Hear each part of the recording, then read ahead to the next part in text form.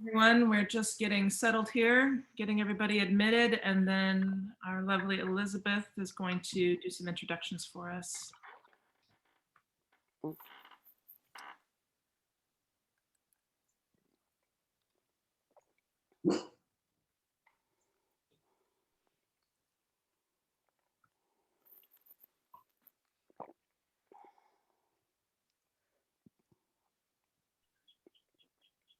All right, Elizabeth, looks like everybody's awesome.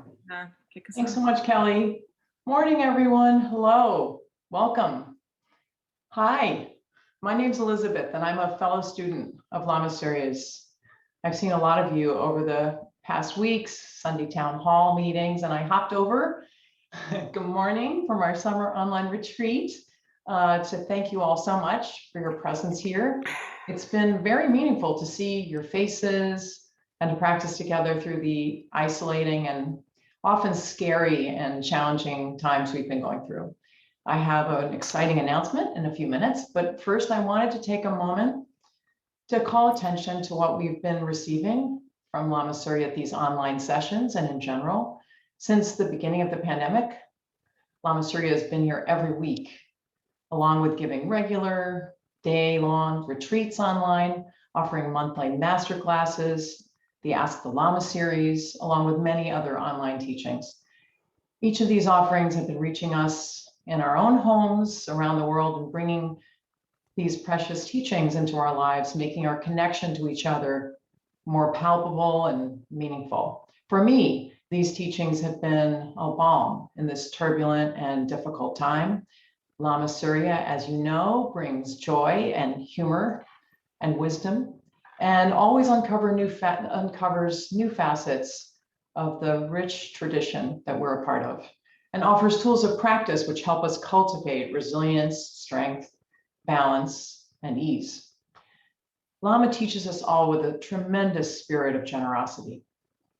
In the Buddhist tradition, dana is the first paramita, or transcendental virtue, and the paramitas are qualities that we cultivate to release our relentless grasping, pushing, pulling, which solidify our sense of separation, self-centeredness.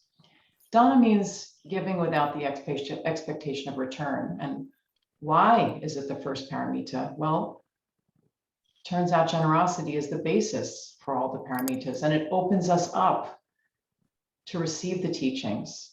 It's relatively easy to practice, and it's a direct remedy for our primary form of suffering: desire, resistance, attachment, and aversion. It also has profound karmic ripple effects. For me, Lama's deep generosity to all is one of the greatest gifts of my life, for which I am forever grateful. His spirit of selfless giving is inspiring to me every day. I'm sure that countless people feel the same. Lama Surya has been over 45 years studying Zen, Vipassana, yoga, and Tibetan Buddhism with the greatest Asian masters of our time, including the Dalai Lama's own teachers. And he twice completed the traditional 3-year meditation retreat at his teacher's Tibetan monastery. The depth and breadth of wisdom that he shares with us is unique and incomparable. But our dear full-time Lama needs to eat, keep a roof over his head, and have health insurance.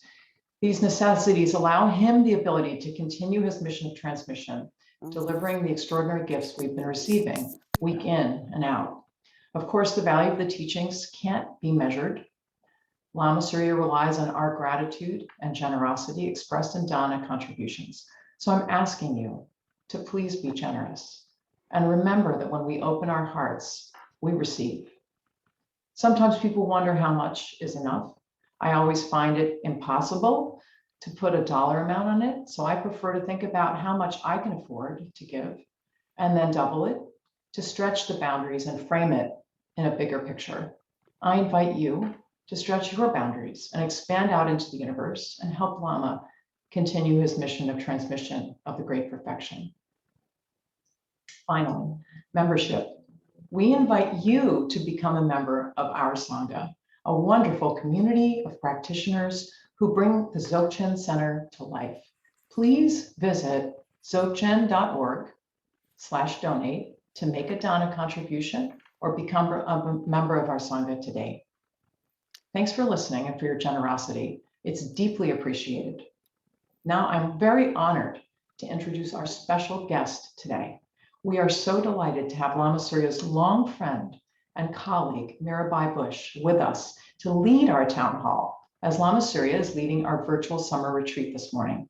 For those of you unfamiliar, Mirabai teaches contemplative practices and develops programs through the application of contemplative principles and values to organizational life.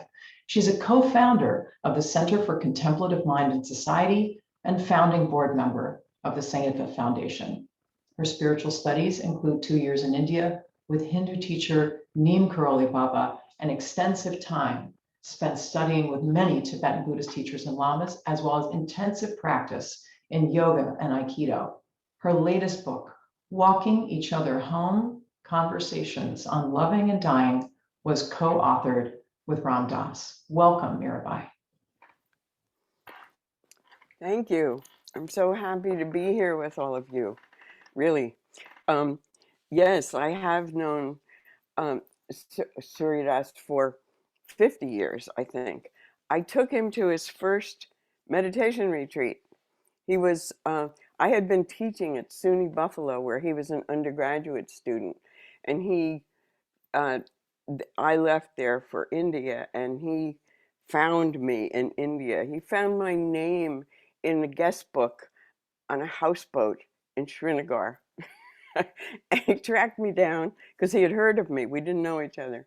And so that's how we met. And I was then at that time studying with Goenka, Burmese Buddhist teacher, who was one of the first to teach Westerners. And I took Surya to his first meditation course. And after it, I remember he said, I like this. And I thought, at that moment, we had no idea what that was going to grow into, you know. So 45, 50 years later, you know, here we are. I also took him to my main teacher, who was Neem Karoli Baba, and that's why he has a Hindu name, not a Tibetan name, Surya, the sun. So we have a long history together. And so I'm always happy to come and see all of you and just be inspired by, you know, your practice and your paths. It's so important. So thank you for inviting me, although you didn't individually invite me, but thank you for opening up the space. And I thought today I would focus on compassion, and we do a compassion meditation. Some years ago, I was developing a program for Google, and we wanted a big part of it to be compassion practice. And Thupten Jinpa at the time was advising Stanford on their compassion project. And so through him, I got to really look at the Tibetan teachings on compassion, which I hadn't really before that.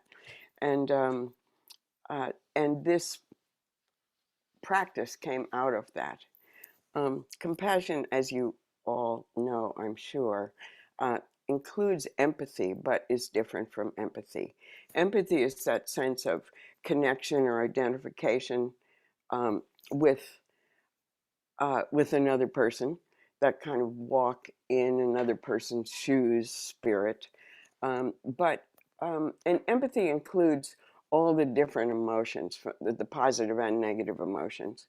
But compassion focuses particularly on another person's suffering, and within compassion is the desire and intention to relieve that person's suffering, which empathy doesn't have. I mean, you could have that later, but empathy with this intention becomes compassion. I like that in the Tibetan tradition they say, equanimity is likened to well-groomed soil, empathic concern to moisture, and actual compassion is compared There's a seed that can then sprout easily in the garden of the human heart. So also what the Tibetan teachings tell us is that you can cultivate compassion. You may think I am a more or less compassionate person, but that's this moment. It is possible, as we know, to cultivate and deepen your compassion uh, so that it becomes spontaneous, so that when you do witness suffering in another person, you spontaneously want to relieve it in whatever way you can. And as we know, that's such a wide range. I mean, we see things, on television, either in faraway countries or here in this country, not sure how to relieve that suffering. But the intention is there, and we can cultivate the intention. And that attention, informed by mindfulness, wisdom, will help us discover what ways we can relieve that suffering.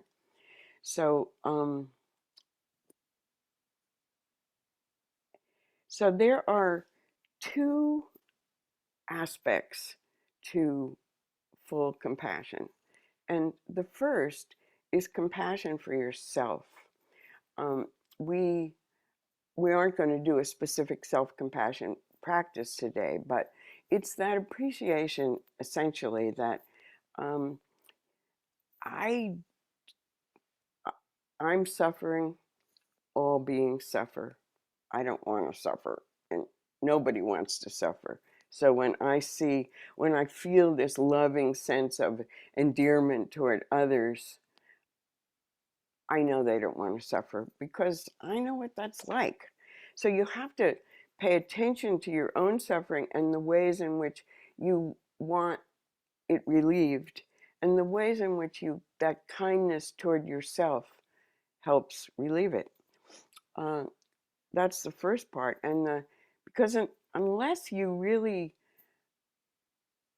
know that intimately, you can't really deeply, genuinely feel it for another. But then the second part is recognizing the ways in which we are um, not just interconnected, but the ways in which we are all like each other. That especially in relation to suffering and the desire to be free from suffering. That these days we do a lot of work on. I work a lot in higher education, so there's people are doing a lot of work on the appreciating, understanding, and cherishing the differences among us all, that we each bring something unique to uh, to the community of humans, and certain groups bring a unique offering to that. And that work has been so important, and it continues to be, as we know, as we can see from all this division going around in this country. That work tends to be not tends, that continues to be really important. But the other part, which we do not want to overlook, are the ways in which we are the same as each other. What it is we essentially share with each other as humans on this planet. And this practice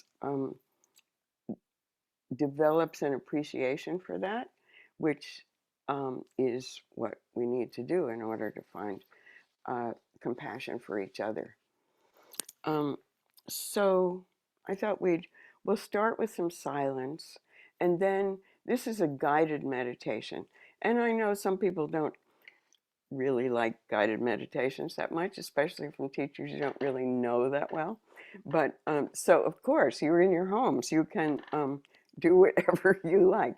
But if you want to try this, I'll be saying phrases, and then you'll be silently repeating them. And we do it by, when we're with other people, we do it in partners. So I'd be sitting across from you and looking at you for, it lasts about 8 or 10 minutes. I'd be sitting and just looking at you and letting everything else fall away. But if you're not with someone, then you can bring, as you would in, say, a loving kindness meditation, you can bring to mind someone. And this someone can be, this practice, obviously it's universal. You can work with anyone. You can bring to mind someone, a loved one, um, a kind of neutral person, or someone you're struggling with. Um, it works with anyone. You might not want to choose someone you're struggling with for a first time practice because so many emotions may arise. It may be confusing. But anyhow, just bring to mind someone and allow that person's face, being, to stay within the screen of your consciousness.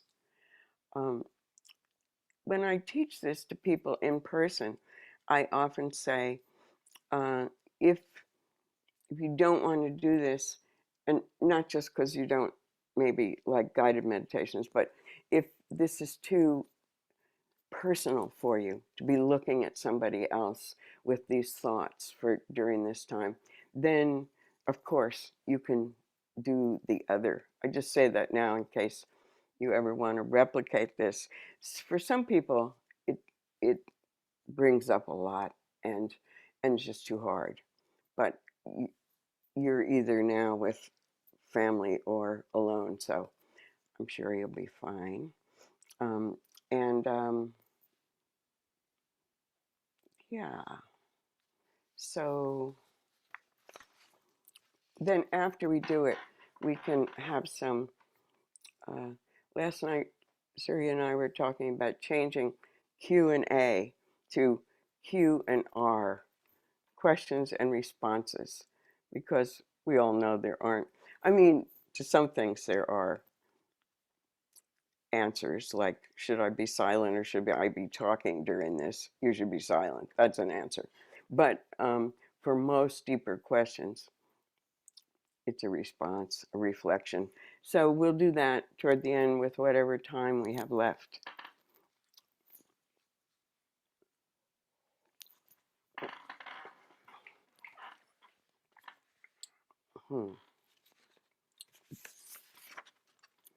So let's begin with eyes closed or a soft gaze. And just spend these first few minutes allowing yourself quiet, calm, letting go of your Sunday concerns,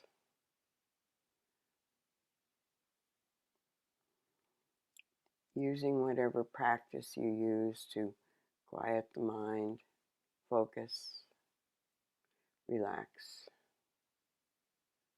be aware of your body from within your body.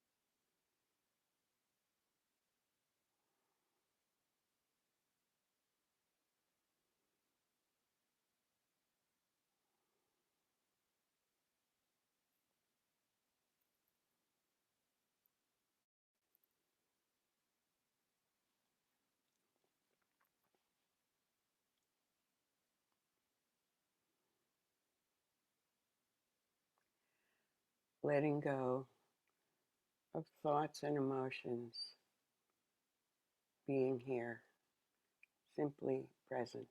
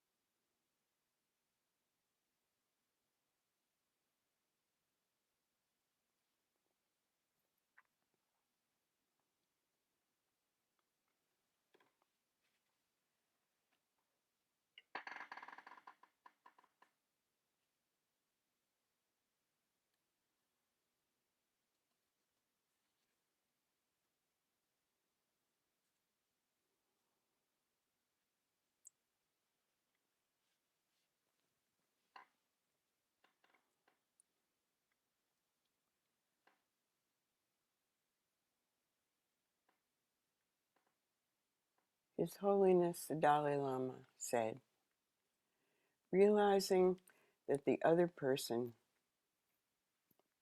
is also just like me is the basis on which we can develop compassion, not only toward those around us, but also toward our enemies. Normally, when we think about our enemy, we think about harming him. Instead, try to remember that the enemy is also a human being, just like you. And now, begin by becoming aware that there's a person in front of you in your mind or in your room.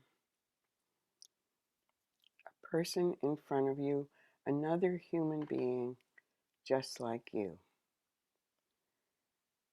And now, silently repeating the phrases while looking at your partner. This person has a body and a mind just like me.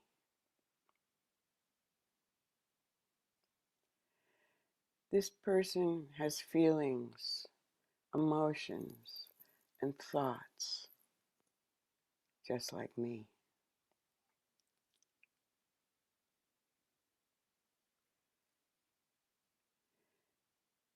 This person has experienced physical pain and suffering just like me.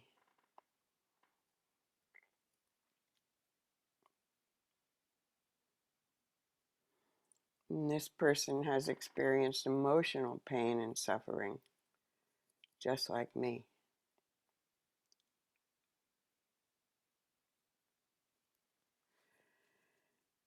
This person has at some time been sad, just like me.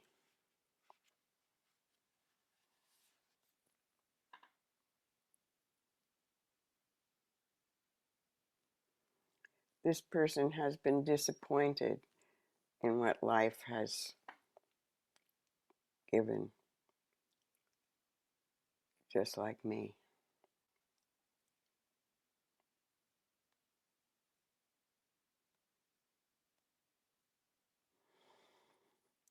This person has been angry, just like me.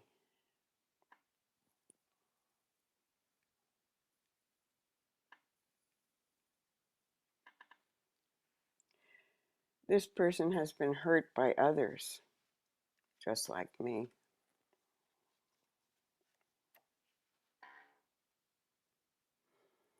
This person has felt unworthy or inadequate at times, just like me.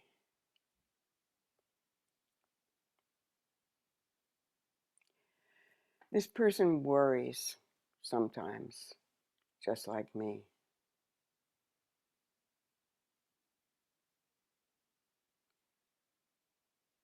This person has been frightened sometimes, just like me.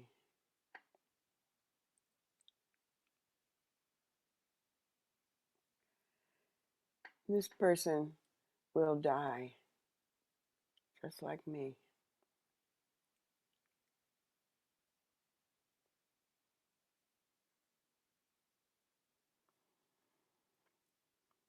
This person has longed for friendship, just like me.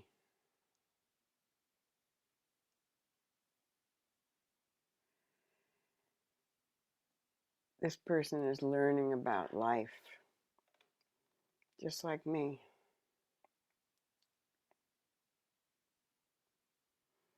This person wants to be caring and kind to others, just like me.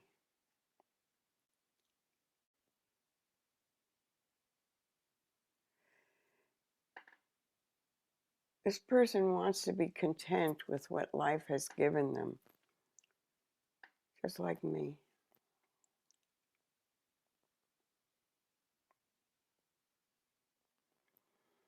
This person wishes to be free from pain and suffering, just like me.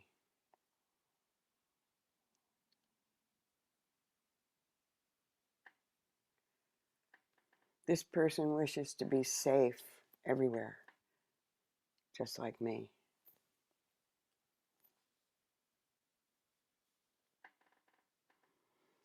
This person wishes to be strong and healthy and at home in their body, just like me.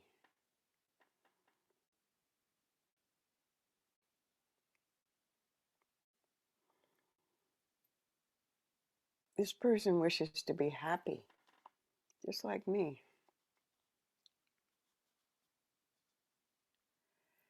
And this person wishes to be loved, just like me.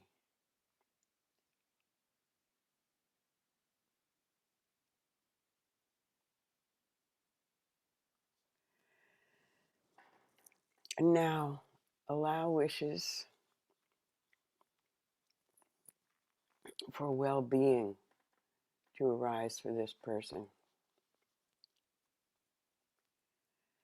I wish that you have the strength and resources and social support that you need to navigate the difficulties in your life with ease.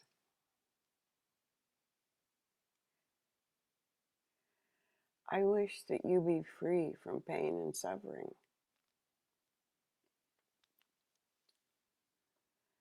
I wish that you be peaceful and happy.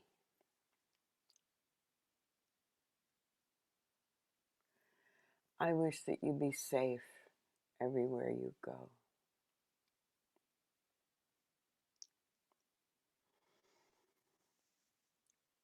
And I wish that you be loved because you are a fellow human being just like me.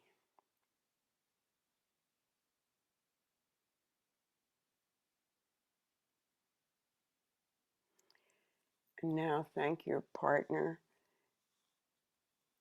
If your partner is with you or in your beautiful mind, thank your partner with a bow or whatever way feels appropriate.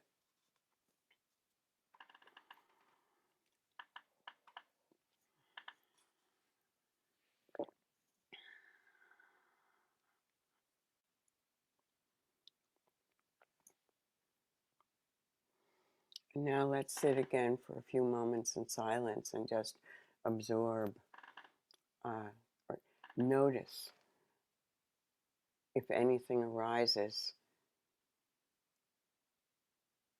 after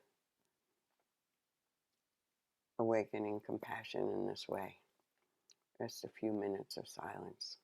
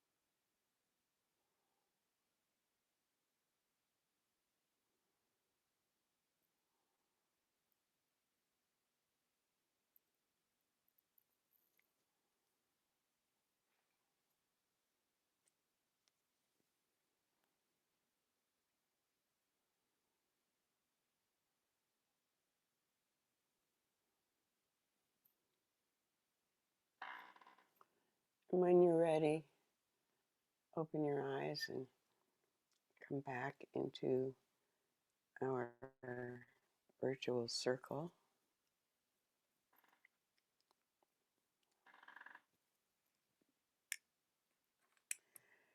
And if you have any reflections or thoughts or questions, please put them in chat. They can be about the practice or anything.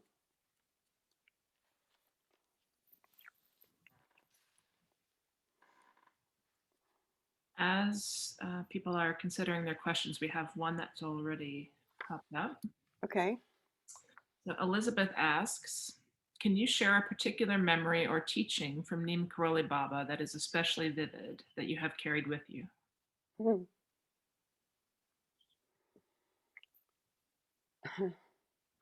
Yeah.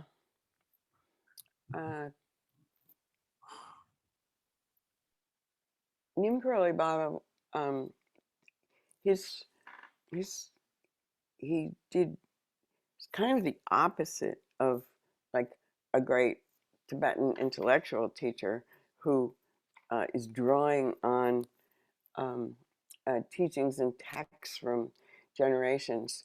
He taught pretty much outside words, and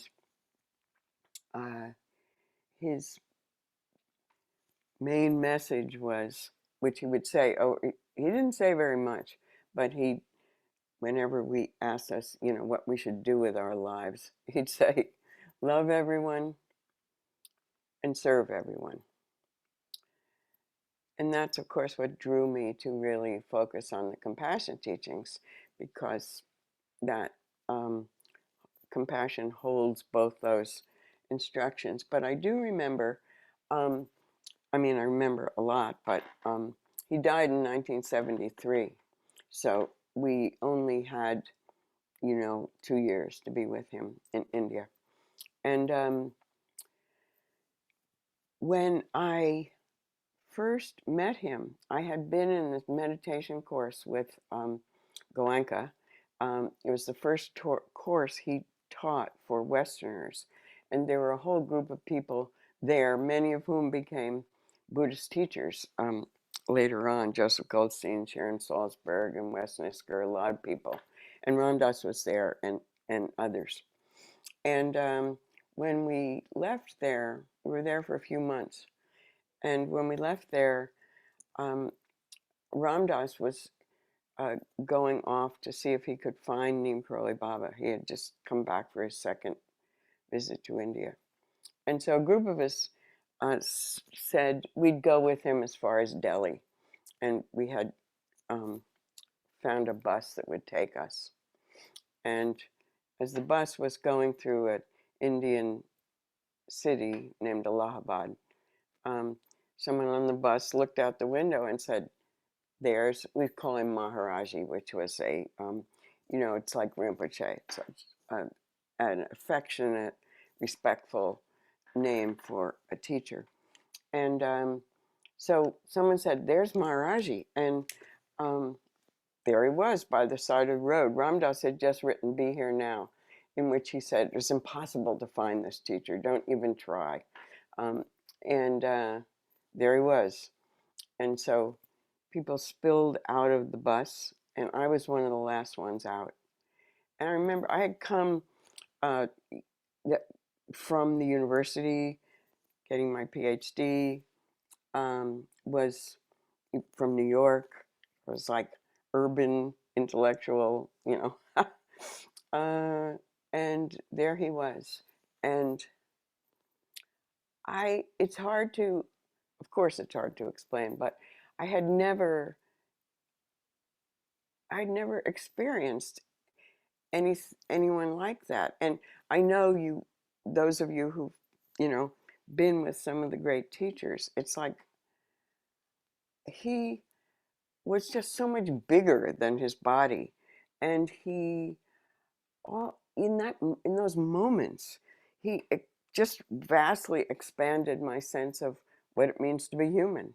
Like I had a fairly small sense of that before that. And there he was. And it changed me radically in that time. And then I spent, the last 50 years doing whatever I have known to do to be able to grow into those possibilities.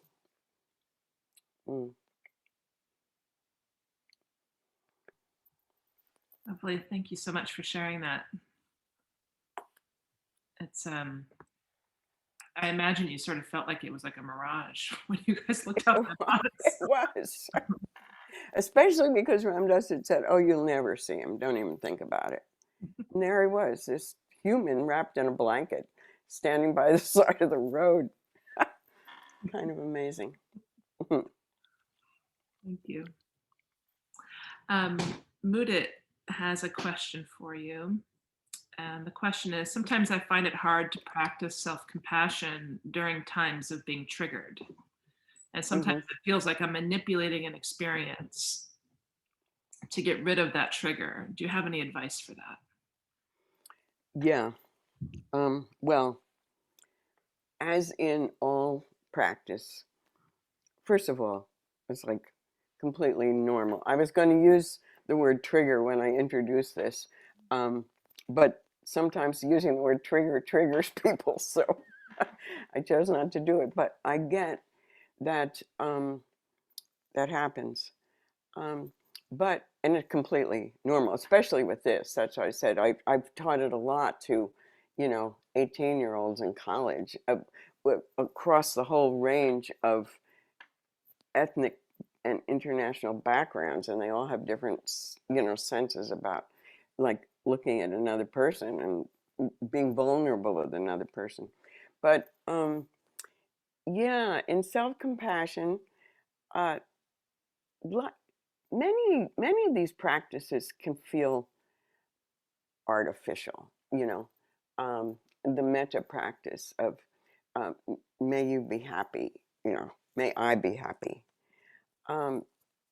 It feels like maybe you're trying to force someone to be happy, or yourself.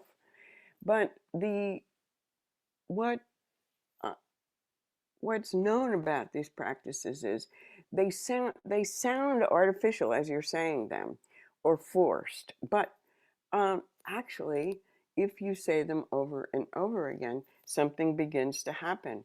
And so if you know, say kind things toward yourself when you're really hurting, it's like, what? This has nothing to do with how I'm feeling right now. But in fact, if you set the intention to cultivate this compassion for yourself, and you follow these practices little by little over time, and it doesn't happen, in a straight line, but it's you'll find that there are moments when it breaks through, and so you can let go of the cynicism or the um, disbelief that anything like this could begin to help you feel kind toward yourself. That And sometimes you're not. The self-compassion practices usually start with you bringing to mind some way in which you're hurting right now, and it can be mental, physical, interpersonal. Um, and then, so you have something to work with, and then you send compassion to yourself. But as you said, you can be doing in something else that you've had a good coping strategy of repressing that, and it arises. Um, I would say just know that it's in there, and it's better to see it than not see it, better to feel it than not feel it, and then continue to, send yourself this love and care and concern. And if it doesn't help this time you do the practice, keep doing it. It's pretty amazing. And don't worry if it triggers something that comes up. The All these practices are to increase your awareness of what is in this moment, in your, in your world, in yourself, in your deep recesses, that if you've repressed something, it's all in there. And if it's causing you pain from being in there, then you want to be able to look at it and carefully, little by little, pay attention to it, surround it with love, and let it go. I hope that helps. Mudit, do you have any follow-up question to that you want to, does that answer your question? That was lovely. Great. They say thank you. Yes, that's great. So a follow-up question, I think that's related, and I'm curious if the answer is similar or different, is thoughts on how we can lean into this compassion meditation for someone that we're struggling with, for someone that we're having a really hard time with. Yeah. Just like in the loving kindness practice, it's good, as I said, not to start with someone who's really difficult. But it is a great practice to do for someone you're having difficulty with. Because, in fact, just like the people you love, that person is also just like me and you.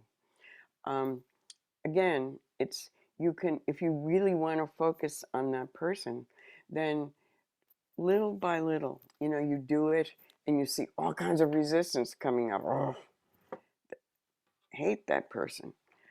Just see what arises. It's a practice. It's not a Band-Aid. It's so you do it to see what's there. And then as you see your mind saying, no, he's not just like you. He's totally different. Then you just watch what your mind is bringing up and then let it go. And all the stuff around that, like, you know, if I really admit that he's just like me, am I going to have to love him? Yeah, you know, um, Martin Luther King famously said, you know, yes, you have to love everyone. You don't have to like them, but you do have to love them if you're going to awaken. So little by little, and you know, don't do too much at a time if it's just too hard for you. You know, just a little bit. Oh yeah, he's just like me in this way. He has a body and a mind. Okay, I can accept that. And then maybe next time you can do a little bit more until little by little you recognize and love him as a human, but that doesn't mean that you like or approve of behaviors. Thank you. This is a question I could probably put this answer in the chat, but Mel and Carol asked, do you have that meditation somewhere in a book or online that is accessible? I do. I was thinking of that. It is in this book, which was mentioned before, with a good compassion title, Walking Each Other Home.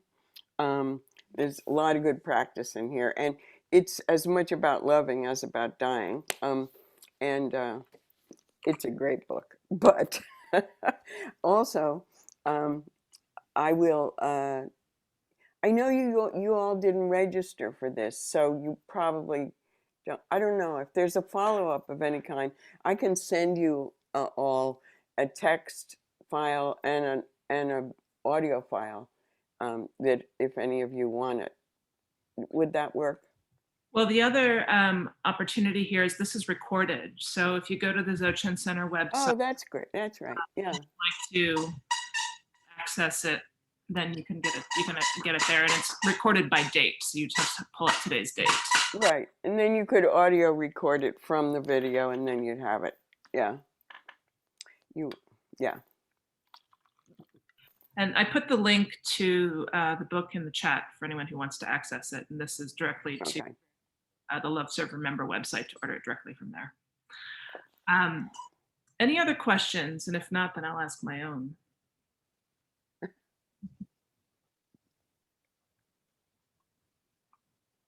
Well, while we're waiting, I'll ask. So, you know, I've always found it so fascinating running into all of these different teachers and different avenues, yourself included. And I'm so curious, you know, there seems to be throughout history, throughout time, these moments in time where there's a collective energetic gathering, right? Like it's not an accident that so many of you went east at the same time. And then came back, and I don't want to say all came back because I just certainly can't know all as, but so many came back to then take their flavor of what they took from the teachings out east and taught here in the West. And having had access to all the different teachers, whether it's Maharaji or the different Rinpoches, the different Tukuls, what's the common thread that you experienced across the different traditions that inspired you to come back to teach? And how did you find your own voice in that? Interesting. I mean, great question. Well, you know, there were historical conditions that caused people to leave this country, which seemed so insane at the time, and look for a saner, more compassionate way of living. Was it possible on this planet? And I mean, I went all through overland through Europe and the Middle East and then into India and Nepal, just wanting to meet people and see if I hadn't been out of the country much. And it just, you know, the Vietnam War was going on and the civil rights movement was going on. But, you know, this time is the first time I've felt since then where those similar conditions are as intense as uh, as they were then. And I think they led us to, yeah, just wanting to know, uh, is there another way to live on this planet? And through these teachings, we discovered the potential of awakening, the potential of, as I said with Maharaji, just like living a life so much bigger. And by that, I don't mean like famous bigger, but deeper, and just being able to be in the moment and with other people so much more fully, so that uh, we would be led to behave in ways that were compassionate for others. Um, and so I mean, I think the common teaching thread, wisdom, is simply that we can wake up.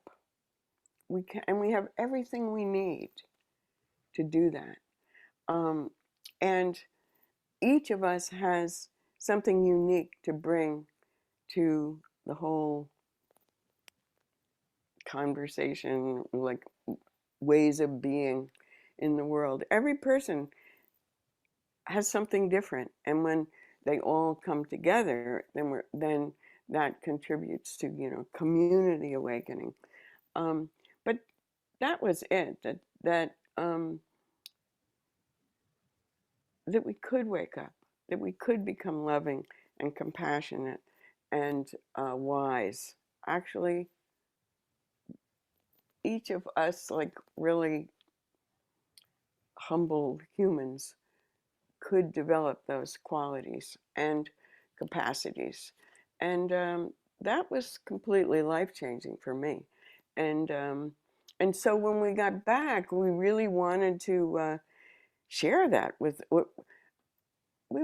I wouldn't say we were evangelical about it, but like it was just had brought us so much, you know, peace, happiness, possibility, that many of us wanted to teach. Actually, when we came back, I was pregnant when I came back and had a child soon after that. And of course, in those years, monasteries and meditation seemed to exist in another universe from children. And Thich Nhat Hanh was the first to really bring that together. But you know, all the places we learned were monastic. And so I couldn't teach in the way that everybody else was doing.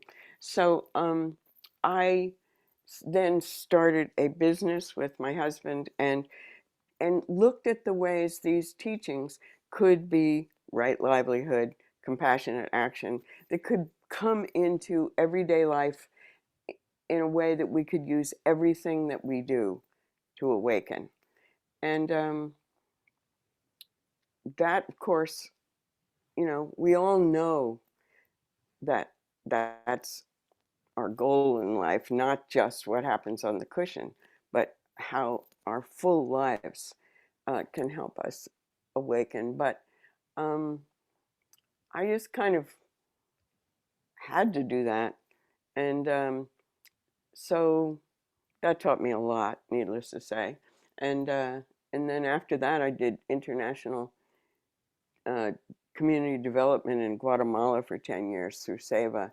And that also, I mean, seeing it as a way of waking up and learning just transformed uh, all the different things I did. And then the last thing was to bring to start the Center for Contemplative Mind and Society, in which we brought these practices into secular areas of American life, business and law and education and so on. So, yeah, that's my short answer. Yeah, I'm sure this could be an hours long discussion. No, it was 80 years long. Oh, no, 50 years long. Okay. Thank you. Thank you for that. Into that. We have time for one more question, so I will.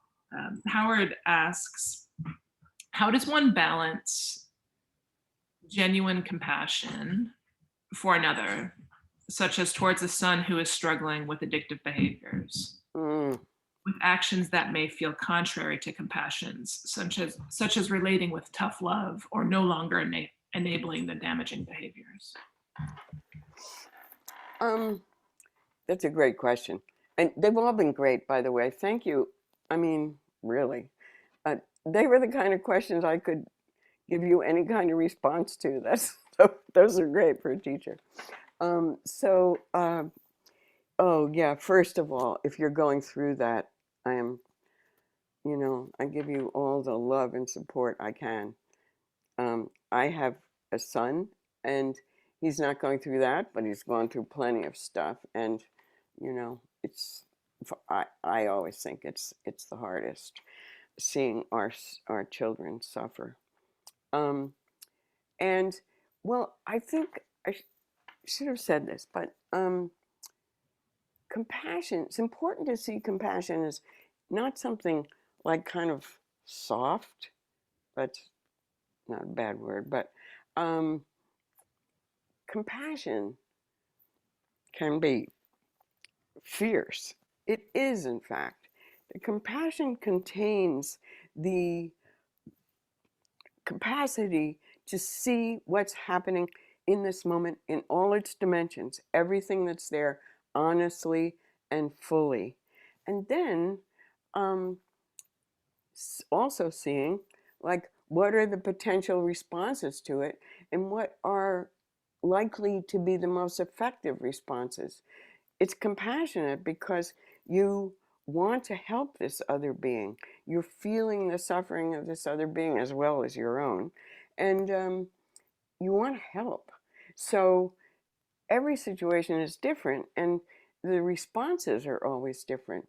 So there are times when, tough love is the right response. It's just what we want to do is make sure we're acting out of tough love and not, impatience and frustration and anger, all of which are fine and will arise in these situations. But when you see the negative emotions arise, then doing the work of transforming those emotions so that whatever it is you do out of love. And because that's what's going to make it effective. If you act out of anger, we all know, it's much less likely to be effective and produce the results that you want, even though it's totally normal to feel that anger. But and of course, the Tibetan tradition has great practice for transforming anger and the negative emotions. Yeah, Surya taught me a few. I learned this one instant anger practice. He gave me one time, and I took it into Google. You just tighten up your fist as much as you can.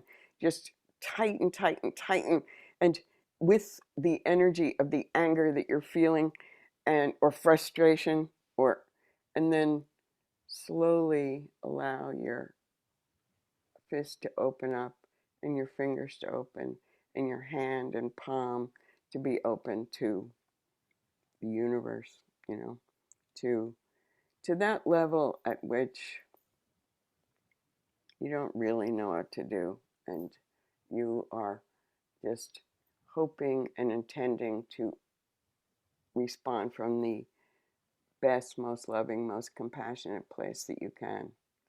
But remember that compassion is fierce. It's what will lead you to the best response, not away from it. Thank you for that, for asking that.